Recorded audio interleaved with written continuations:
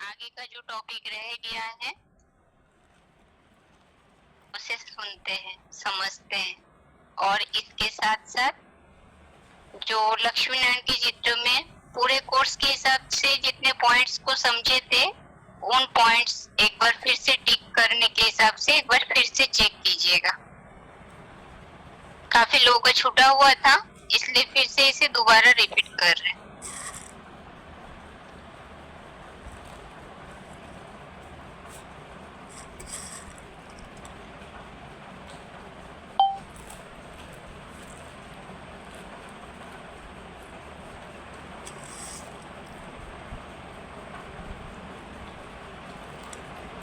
एक बार देख लीजिएगा।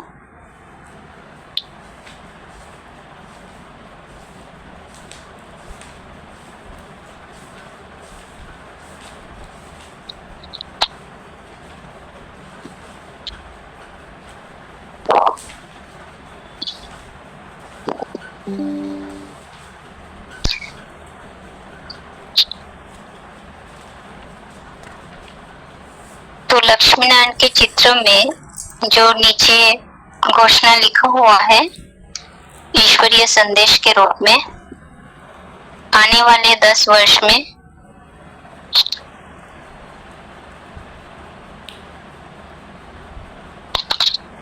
हेलो, हाँ जी,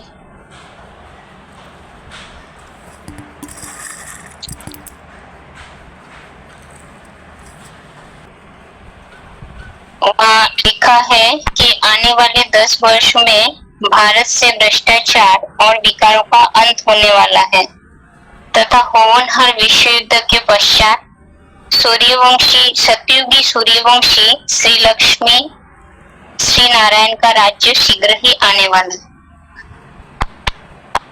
तो इस हेडिंग में जो ये दिया गया है कि 10 वर्ष के अंदर ये परिवर्तन, अब इस बात को जब ब्राह्मण आत्माएं सत्य साबित नहीं कर पाए तो फिर इस हेडिंग को ही हटा दिया या तो फिर उसके ऊपर वो चिपका दिया, जबकि ऐसे करने की आवश्यकता ही नहीं है।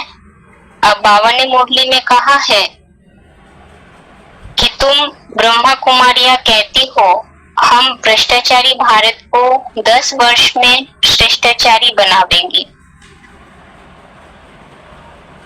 अब 10 वर्ष के अंदर भारत को परिवर्तन करना, भ्रष्ट भारत को श्रेष्ठ भारत बनाना, तो ये 66 से 10 साल यानी 76 की बात है। अब 76 में ऐसा स्थूल रूप में कोई प्रकार का परिवर्तन तो देखने में नहीं आया। अब बाबा ने तो मुरली में बेहद की बात बताए हैं, बेहद का बाप बेहद के बच्चों से बेहद की बातें करते हैं। तो ये बेहद की बात है, भारत माना कोई चैतन्य भारत होगा, कोई जड़ जमीन की बात नहीं है। यह भारत में रहने वाले जो भारतवासी है उन मनुष्य आत्माओं के लिए नहीं कहा गया। अब कहा जाता है ना भारत माता की जय, तो भारत माता कही गई तो फिर माता के पीछे जरूर कोई पिता भी होगा। तो वो भारत माता है कौन? तो उसके लिए अव्यक्त वाणी में ही बाप दादा ने कहा कि भारत माता शिव शक्ति अवतार, अंत का यही नारा है। तो चैतन्य शिव की शक्ति वही प्रैक्टिकल में भारत माता है जो अंत में निकलती है। अब जब बाबा ने भारत से विकार और भ्रष्टाचार दूर होने की बात बताई तो जरूर चैतन्य में कोई भारत माता और पिता है जिनके बुद्धि रूपी क्षेत्र से विकार और भ्रष्टाचार का अंत हुआ है।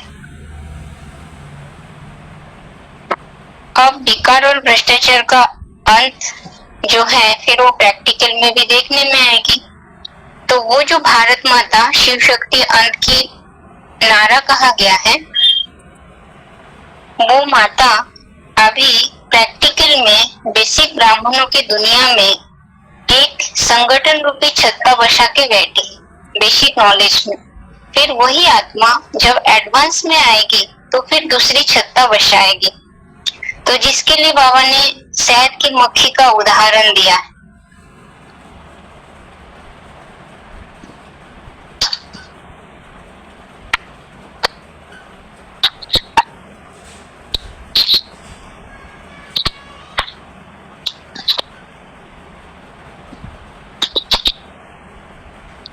बाबा ने इसके लिए मुरली में कहा है, मक्खियों की भी रानी होती है ना, रानी के साथ पीछे पीछे सब मक्खियां जाती है। रानी अर्थात माँ साथ उनका कितना संबंध है। तो रानी मक्खी के द्वारा वो संगठन रूपी छत्ता बसाया जाता है। तो वो प्रैक्टिकल में जो चैतन्य में रानी मक्खी है, तो वो एक बेसिकली छत्ता ज्ञान की बसा के बैठी है। फिर एडवांस में आएगी तो एडवांस की दुनिया में भी नई संगठन रूपी छत्ता बसाएगी।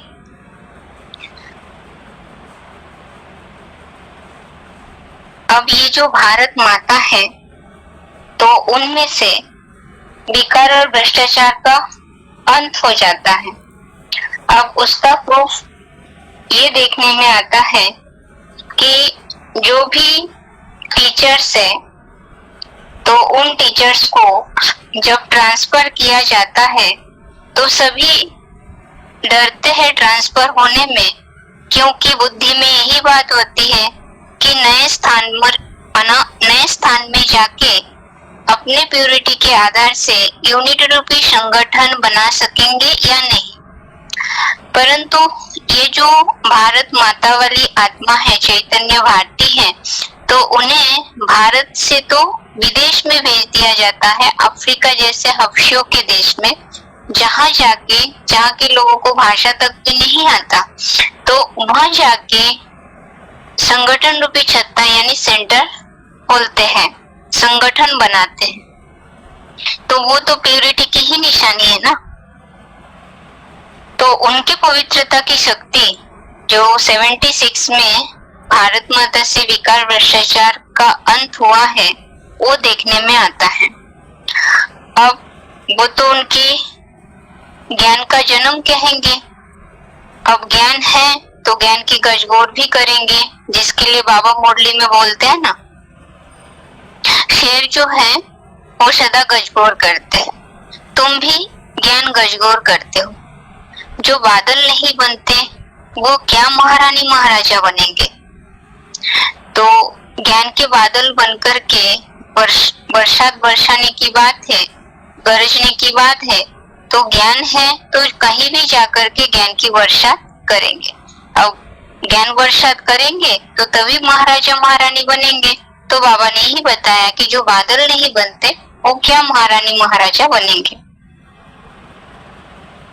अब माता जो है उनकी पवित्रता के बारे में तो हमने समझा। अब ऐसे तो नहीं कहेंगे कि माता पवित्र है तो पिता कोई अपवित्र होगा, पर पिता की विशेषता यही है कि माता गुरु को आगे करते हैं, तो माता को आगे रखते हैं और पीछे पिता छुपा रुस्तम के रूप में कर्तव्य करते हैं।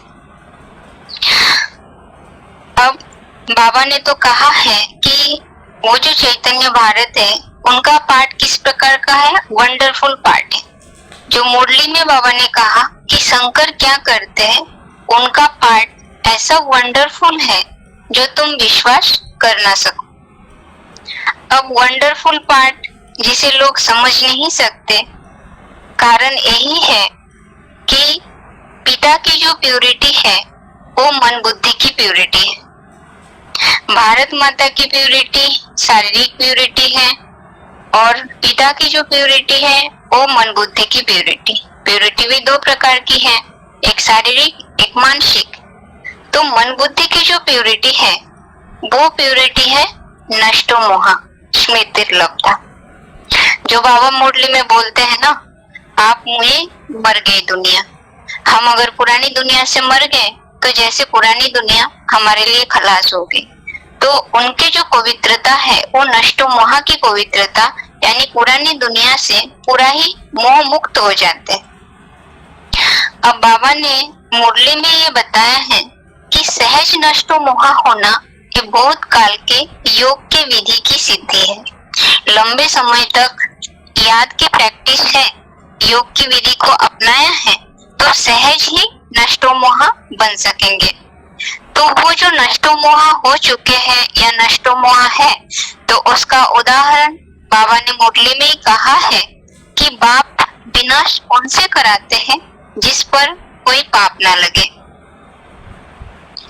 अब कर्मेंद्रियों से कर्म करते समय बाबा ने तो मुरली में बच्चों को कर्मयोगी बनने के लिए कहा है, तो कर्मेंद्रियों से कर्म करते समय अगर बाप की 100% याद है तो उस कर्म के कोई लेपक्षेप आत्मा के ऊपर नहीं लगेगा।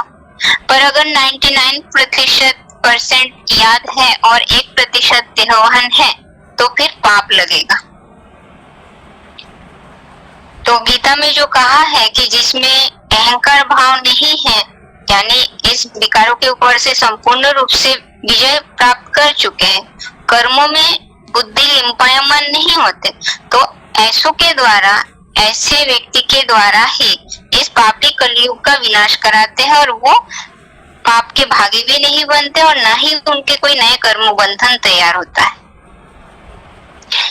तो ये जो चैतन्य भारत है, जिनकी मन बुद्धि की प्योरिटी सहज नष्ट मोहा की बात समझे, और चैतन्य भारती जिनकी प्योरिटी देखने में आया कि अफ्रीका जैसे हफ्सियों के देश में भेज देने पर भी वहां जाकर वो संगठन बना के दिखाए।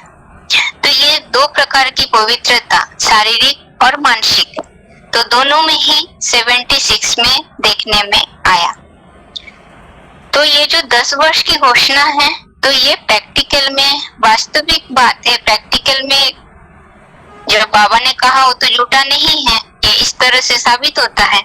और बाबा ने मुरली में ही बताया है कि तुम कह सकते हो रामायण की सारी कथा भारत पर ही है, सिर्फ समझाने का खीर चाहिए।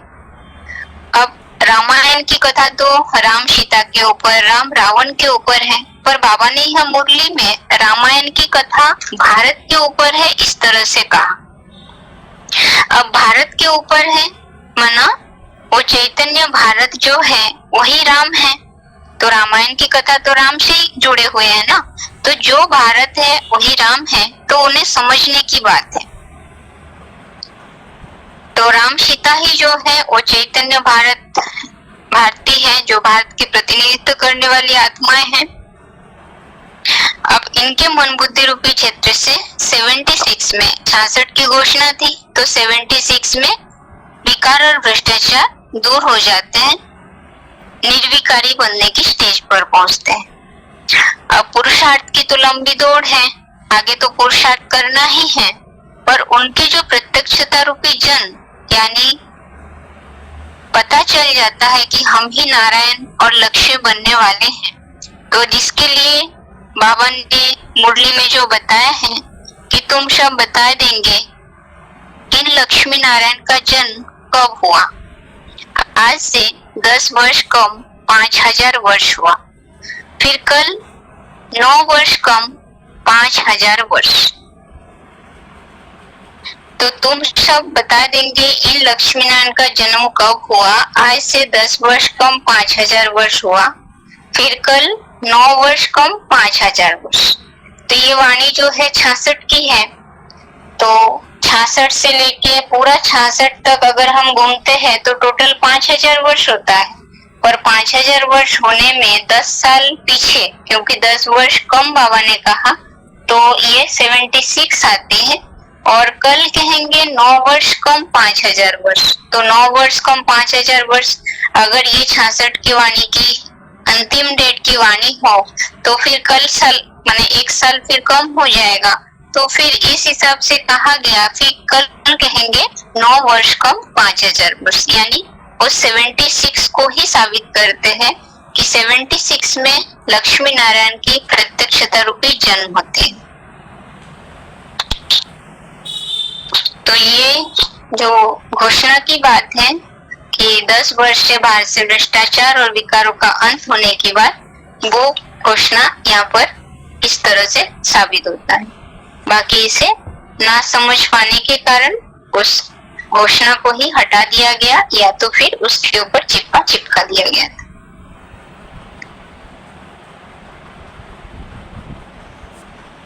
एक पॉइंट, ब्रह्मा कुमारियों के आगे प्रजापिता अक्षर जरूर लिखना है।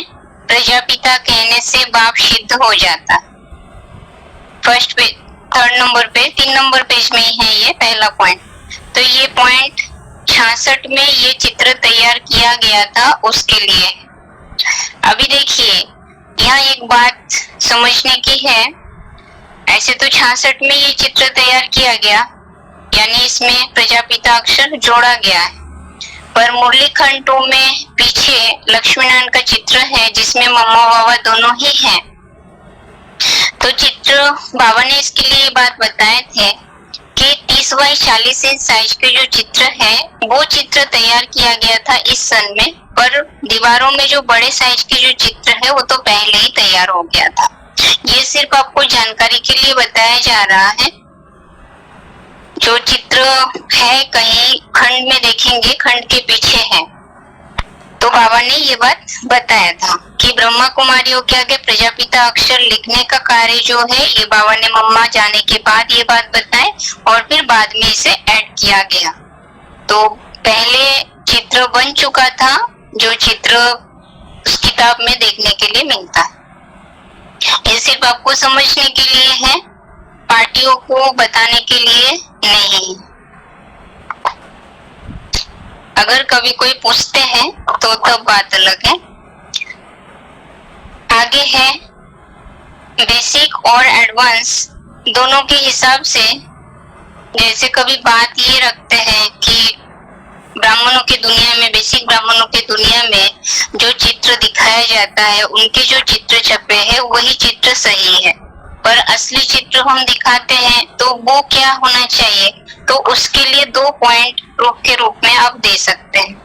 जो इसमें चित्र के लिए कि साक्षात्कार के आधार पे जो चित्र तैयार किया गया था वो चित्र किस प्रकार के हैं, तो उसके लिए 3 नंबर पेज में ही जो पॉइंट है ना, लक्ष्मी नारायण का चित्र बहुत अच्छा है, इनमें सारा सेट है, त्रिमूर्ति भी, लक्ष्मी नारायण भी, राधे कृष्ण भी है।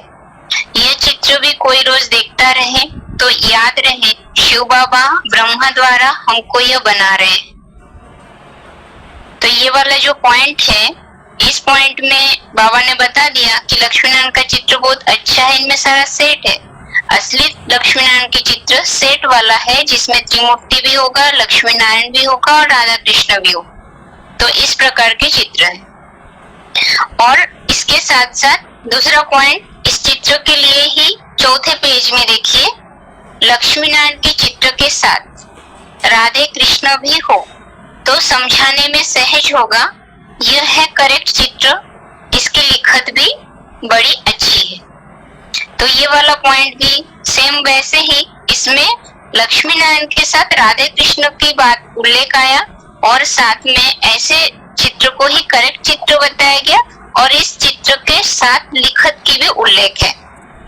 अब हम ये बात बता सकते हैं कि बाबा ने तो मुरली में इस प्रकार से बताया, तो फिर चित्र वैसे ही होना चाहिए। तो ये दोनों चित्र के हिसाब से है, बाकी फीचर्स नहीं बदलने चाहिए, नहीं तो फिर ढेर सारे फीचर्स होते हैं क्या, फीचर्स एक होना चाहिए, वो पॉइंट भी बताने के हिसाब से है।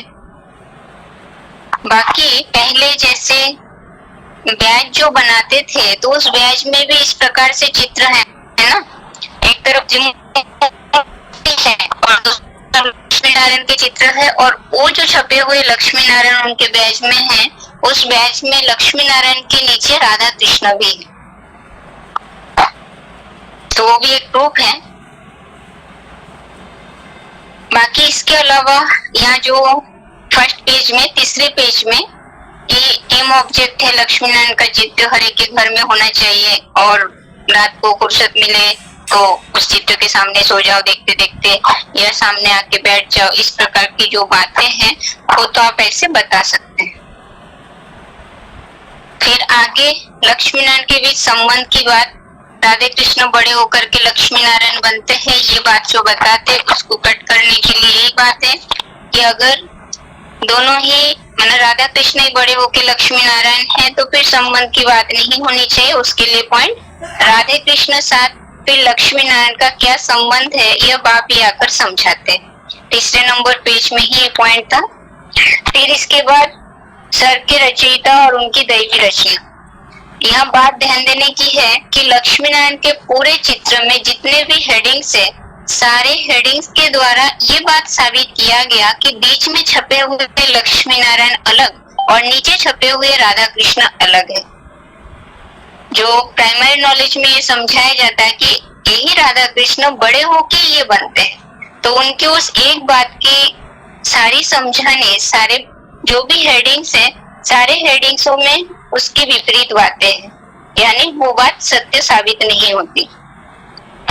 तो सर की रचयिता उनकी दैवी रचना, तो इसके लिए पॉइंट था निराकार से क्या निराकारी वर्ष चाहिए, ये एक था।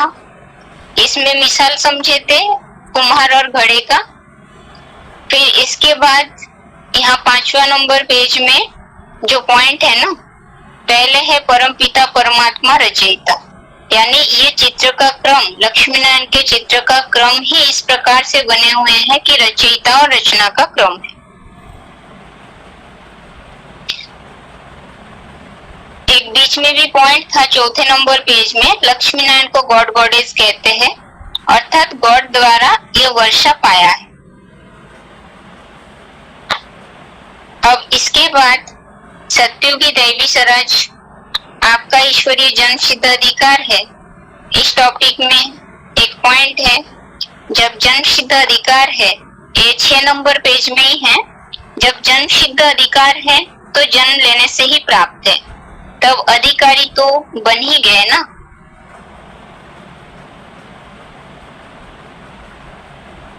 अब इसके बाद वहां बीच में और एक पॉइंट है, श्रृंगार के लिए ही तुम बच्चों को सर्वगुण संपन्न 16 कला संपूर्ण यहाँ संगम युग पर बनना है।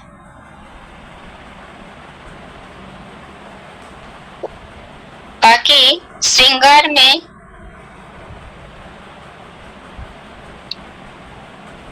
ताज के लिए पॉइंट देखे थे, 8वें नंबर पेज में है। ताज है जिम्मेवारी का, स्वयं की जिम्मेवारी और विश्व की जिम्मेवारी।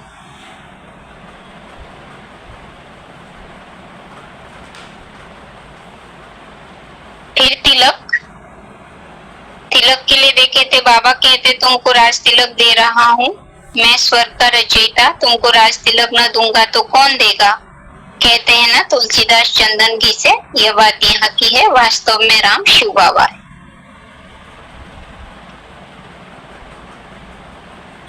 अब और श्रृंगार जो भी है, अब उसमें पॉइंट रीडिंग करके रखिएगा, क्योंकि जैसे हर्षित मुख के लिए भी ज्ञान का सिमरन जो करते हैं वही हर्षित रह सकते हैं, तो ये सब समझाने पॉइंट के अंदर से ही देखे थे, इसलिए उन पॉइंटों को रीडिंग करके रखिएगा, क्योंकि टेस्ट में उसके बीच से ही रहेगा। जैसे लाली के लिए भी क्लैरिफिकेशन उस पॉइंट के अंदर से ही है, आत्मा परमात्मा की मिलन, सर्व प्राप्तियों की मुस्कान, माता पिता श्रेष्ठ परिवार से बिछड़े हुए परिवार से फिर से मिलने की खुशी।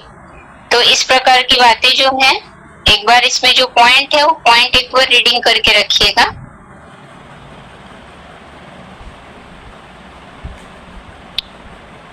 ड्रेस के लिए भी ऐसे ही है, वो भी पॉइंट के अंदर है, पर समझा नहीं देना है, पॉइंट याद करने के लिए तो नहीं कहा था, पर उसमें ही है ना टाइटल्स रूपी ड्रेस।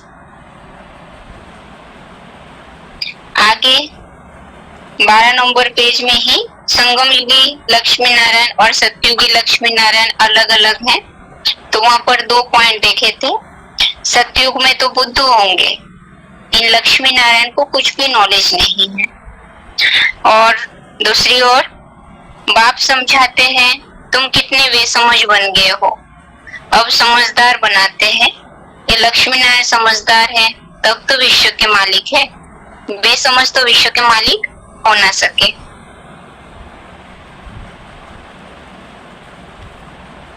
अब यहाँ पर 13 नंबर पेज में ही बीच में एक है ना पॉइंट, तुम सब बता देंगे इन लक्ष्मी नारायण का जन्म कब हुआ, आज से 10 वर्ष कम 5000 वर्ष हुआ, फिर कल कहेंगे 9 वर्ष कम 5000 वर्ष। ये 13 नंबर पेज में यह पॉइंट लक्ष्मी नारायण के जन्म के लिए लास्ट टॉपिक का पॉइंट यहाँ है, जो खंड से लेने के लिए कहा था। उसके बाद 14 नंबर पेज में लक्ष्मी नारायण का जो राज्यकाल है, हमारा नया वर्ष तो होगा 1-1-1, एक तारीख, एक मास, एक वर्ष। ये एक पॉइंट, इसके साथ साथ यहाँ ना नीचे एक पॉइंट है, ऐसे बताना है, ऐसे जरूरी नहीं है, पर इस पॉइंट को भी बुद्धि में रखिएगा। ऐसे तो ऊपर भी एक पॉइंट दिया होगा, शायद इसमें है, वरना जो भी लिटरेचर छपता है तो लिटरेचर में तिथि तारीख होना चाहिए। तो यहाँ भी एक पॉइंट इस तरह से है, दिन प्रतिदिन इम्प्रूवमेंट बहुत होती जाएगी। कहीं बच्चे चित्रों में तिथि तारीख याद लगाना भूल जाते हैं। लक्ष्मी नारायण के चित्रों में तिथि तारीख जरूर होनी चाहिए।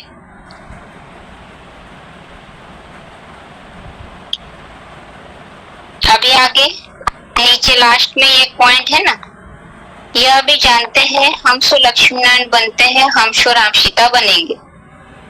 ऐसे ही दूसरे मूल्य में बताया, सतयुग में लक्ष्मी नारायण का राज्य है, ठीक वही त्रेता में भी राज्य करते हैं।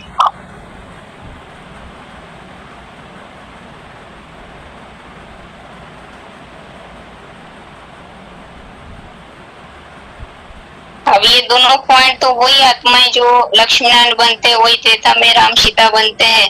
तो एक लास्ट पॉइंट देखिएगा, सिर्फ समझने के हिसाब से 15 नंबर पेज में, उस टॉपिक में लास्ट पॉइंट एक है ना छोटा सा, राम राज्य है सतयुग के आदि में। अब सतयुग में तो लक्ष्मी नारायण का राज्य है, पर उसको राम राज्य क्यों कहा गया? तो वही राम की आत्मा है, तो वो प्रूफ दे करके बताने के हिसाब से ये भी एक छोटा सा पॉइंट है। आगे है विश्व महाराजन और सतयुगी महाराजन में अंतर।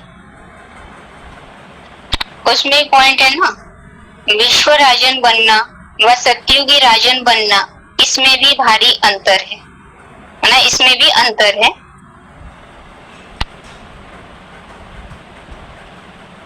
आगे संगम युगी स्वर्ग। अब संगम युगी स्वर्ग में, स्वर्ग को भी वंडर कहा जाता है ना, कितना शोभनीय है। माया के 7 वंडर्स है, बाप का है एक वंडर। वो 7 वंडर्स एक पुर में रखो और यह एक पुर में रखो तो भी यह भारी हो जाएगा।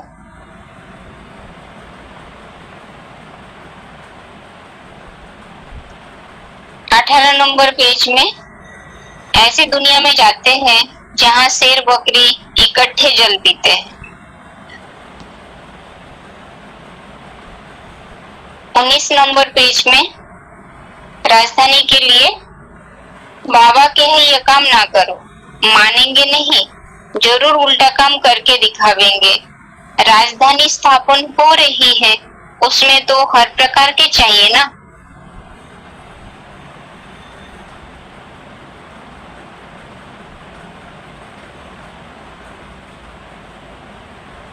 बीस नंबर पेज में, राजा के लिए था, देही अभिमानी बनने बिगर राजाए बन ना सकेंगे।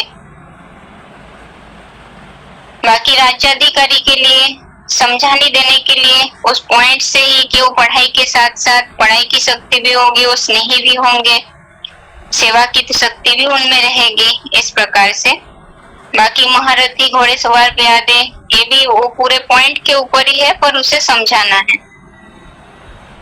साहूकार प्रजा, प्रजा में साहूकार बनने होंगे, वो ज्ञान भी सुनेंगे, बीज भी बोएंगे, लेकिन पढ़ाई ज्यादा नहीं पढ़ेंगे, पवित्र रहेंगे।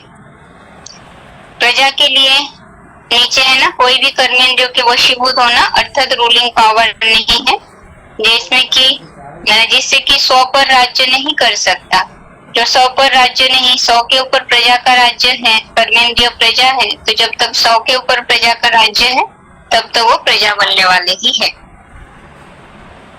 दास दासी के लिए बार बार कोई ना कोई कर्मेंद्रियों के व देहधारी और देह के संपर्क से उन्हों के दास बन जाते हैं और उदास हो जाते हैं, तो समझो दास दासी बनने वाले हैं।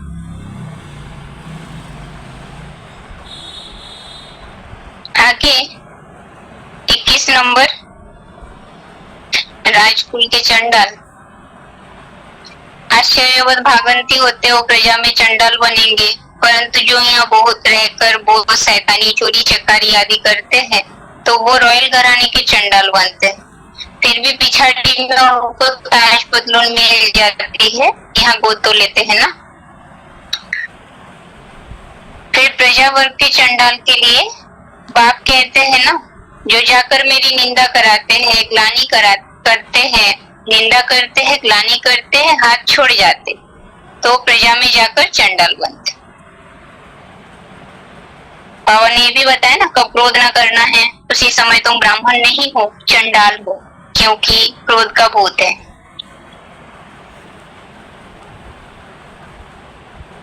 बाकी इन सारे पद का आधार जो है वो पढ़ाई पर, पढ़ाई भी रेगुलर और पंक्चुअल पढ़ना है। तो रेगुलर किसे कहा जाता है, उसके लिए जो है ना रेगुलर चीज अच्छी होती है। जितना जो रेगुलर होते हैं उतना वो दूसरों की सर्विस ठीक कर सकते हैं। ये पॉइंट बड़ा है, छोटा सा ही बता दीजिएगा। रेगुलर जो है सब में रेगुलर, तो सुबह से लेके सारे दिन तक की जो कर्तव्य है उसमें श्रीमत के अनुकूल करते जाना है। तो रेगुलर चीज अच्छी होती है। जितना जो रेगुलर होते हैं वो दूसरों को सर्विस, मतलब दूसरों को समझाने की सेवा, दूसरों की सर्विस ठीक कर सकता है।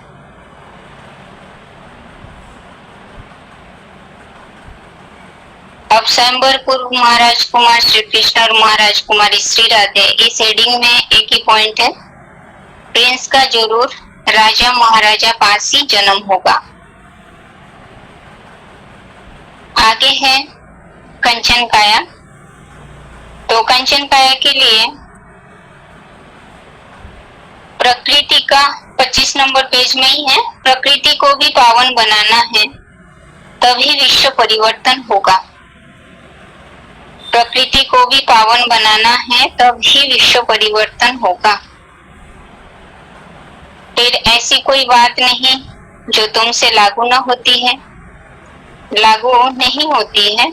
तुम सज्जन भी हो, सर्राफ भी हो, धोबी भी हो, सब खासियतें तुम्हारे में आ जाते हैं। अब इसके अलावा 26 नंबर पेज में धोबी के लिए नानक ने भी कहा है ना, मूत पलिती कपड़ धोए, लक्ष्य शोक है ना। बाबा कहते हैं मैं कितना अच्छा धोबी हूँ, तुम्हारे वस्त्र, आत्मा और शरीर कितना शुद्ध बनाता हूँ। ऐसे धोबी कब देखा। अब इस पॉइंट में देखिए, शुरुआत में दिया है, नानक ने भी कहा है ना, मूत पलिती कपड़ धोए। अब ये शरीर रूपी वस्त्रों को धुलने की बात है, मूत पलित कपड़ धोने की बात है। सही रीति समझा सकेंगे जो वही बताए, नहीं तो फिर आगे से बताइएगा। जो बाबा ने कहा है कि बाप कहते हैं मैं कितना अच्छा धोबी हूँ, जो तुम्हारे वस्त्र, आत्मा और शरीर कितना शुद्ध बनाता हूँ, ऐसा धोबी कब देखा।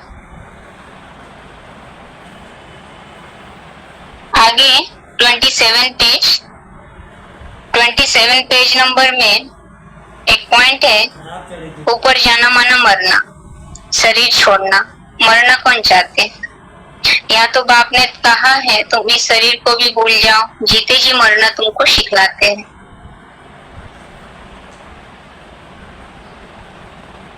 फिर इसके बाद उससे ही नीचे एक पॉइंट है, इस योग बल से तुम कितने कंचन बनते हो। आत्मा और काया दोनों कंचन बनती है।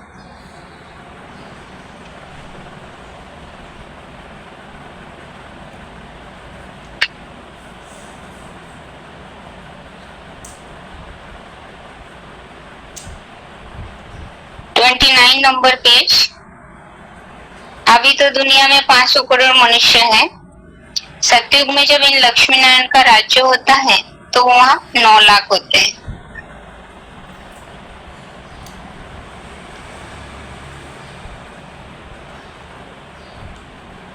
अब इसके बाद घोषणा के लिए 30 नंबर पेज में, सॉरी तो राम सीता फेल होने की बात है। इसमें 30 नंबर पेज में देखिए,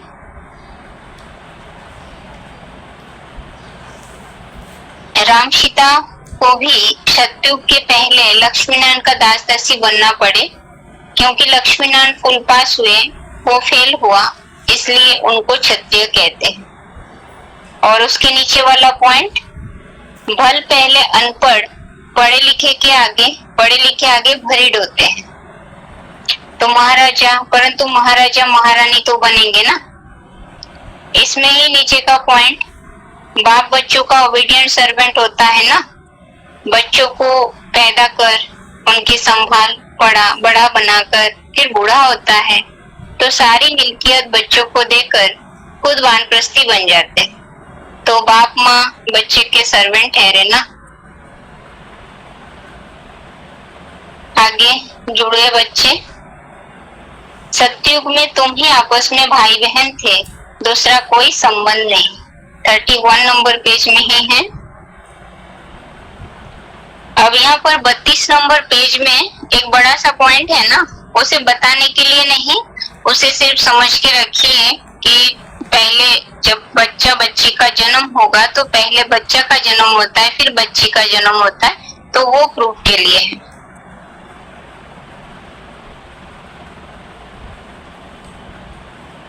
फिर योग बल से पैदाइश, राधा कुमारी है कृष्ण कुमार, तो कृष्ण को स्वामी कैसे कहेंगे? जब स्वयंवर बाद लक्ष्मी नारायण बने तब स्वामी कहा जाए।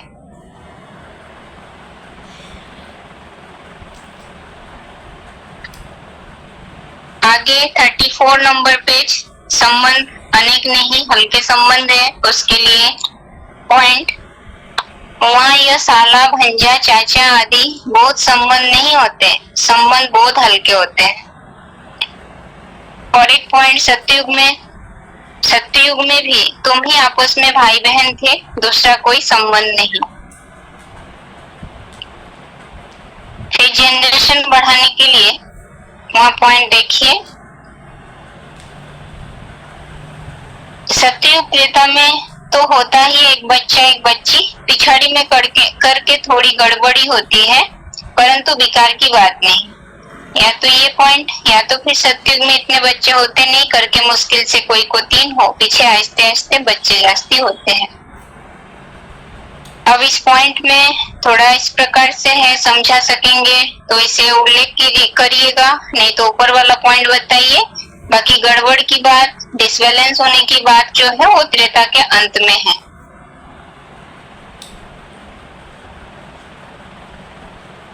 बाकी सतयुगी वर्णन में तो 36 नंबर पेज में पंछी जानवर आदि सतो प्रधान लीडर होते हैं, सब समझाने देने के लिए है।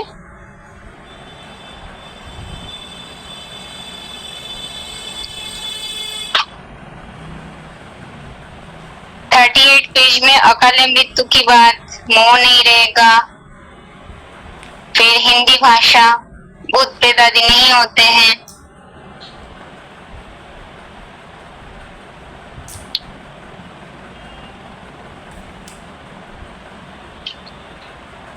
और 40 नंबर पेज में, और इसमें बीच में लक्ष्मी नारायण की हाइट की भी उल्लेख था, 5-6 फीट।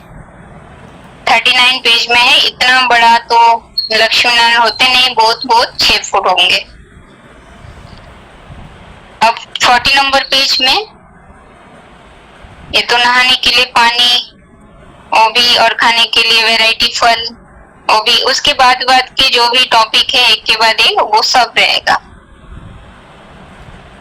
फिर इसके बाद 10 वर्ष की घोषणा में 42 नंबर पेज में, तुम ब्रह्मा कुमारियां कहती हो हम भ्रष्टाचारी भारत को 10 वर्ष में श्रेष्ठाचारी बनावेंगे, एक ये पॉइंट। और वही लिटरेचर के लिए इसमें ही है, जब कोई लिटरेचर बनाना है तो उसमें तारीख लिखनी है।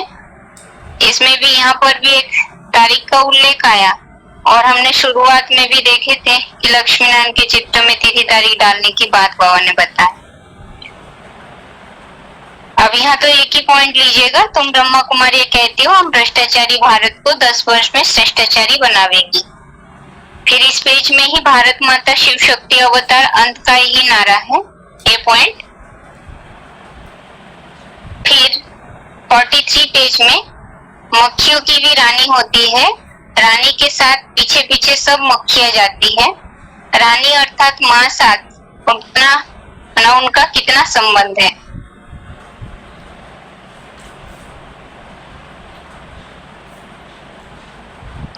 फिर 45 पेज में ये पॉइंट गजगोर करने वाला पॉइंट कोई को मिला नहीं था, तो ये पॉइंट ऊपर से नहीं लिया था, ये बीच से लिया है।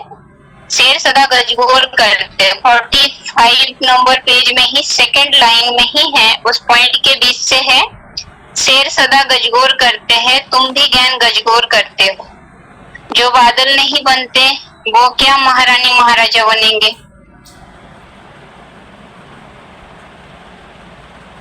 ऐसे पूरा बताएंगे तो पूरा भी बता सकते आप, या सिर्फ ज्ञान गजगोर करने की बात है वो बताएंगे तो भी चलेगा। अब इसके बाद 46 पेज में शंकर क्या करते हैं, उनका पार्ट ऐसा वंडरफुल है जो तुम विश्वास कर ना सको। फिर 47 पेज, सहज नष्टो मोहा होना यह बौद्ध काल के योग के विधि की सिद्धि है। फिर इसमें ही 47 पेज में ही तुम कह सकते हो रामायण की सारी कथा भारत पर ही है, सिर्फ समझाने का खेत चाहिए। ये पॉइंट लक्ष्मण के चित्र के लिए पॉइंट है।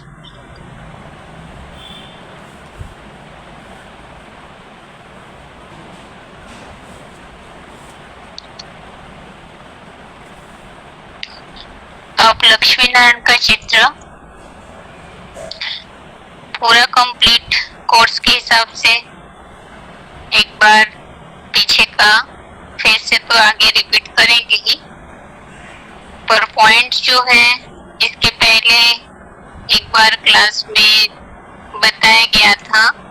अभी आज दूसरी बार सारे पॉइंट्स को फिर से एक बार रिवाइज किया गया। तो अभी कोई रह गए हैं क्या जिनका पॉइंट